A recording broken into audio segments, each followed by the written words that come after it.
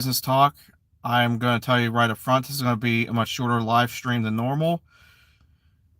But the reason why it's running so late is just because I really couldn't think of a topic to talk in depth about that was real estate related. So I'm just going to talk about something that's on my mind more on this one. And that is that I'm finally at the point where it's time to make a career change, because to get onto better hours, and to be on daylight, then I would take such a massive pay cut that it's almost not even worth it.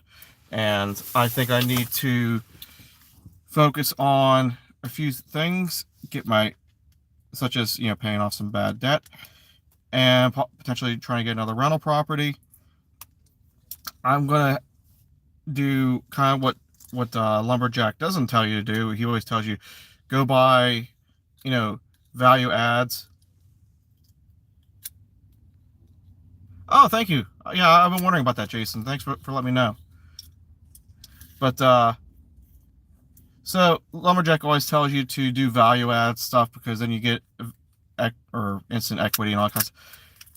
I'm gonna buy stuff that's turnkey, that makes money. Just do single base hits, get some money coming in, and take care of some bad debt. And my honest to goodness goal is, before the end of this year, to just be done with the Aspirin company, because it's just it.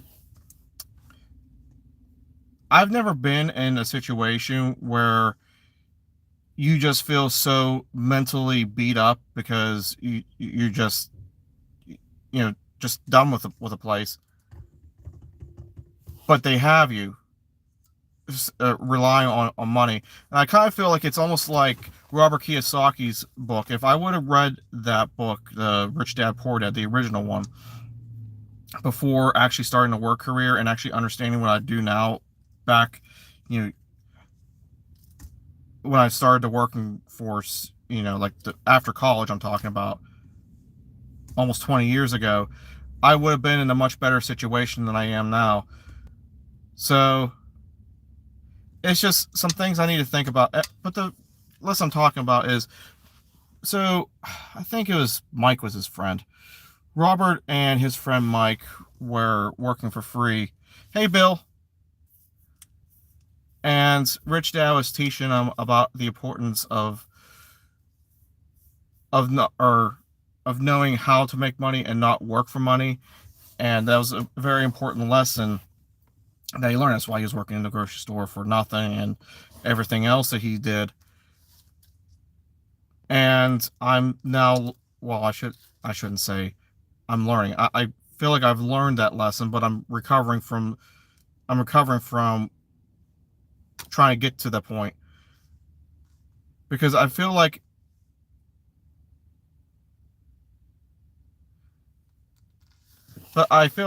as though that I could take a pay cut and be happier if I didn't have so much debt on top of me in certain aspects. So because of that, I'm forced to stay here.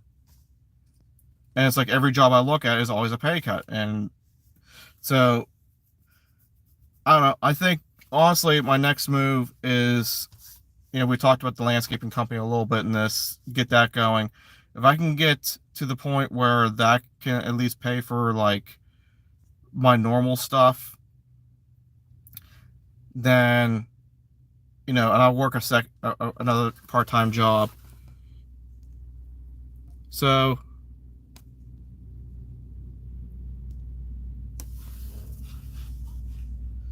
things will work out in the end. I think the next year or two are going to be a little bit rough, but it's okay, because in the end, after we get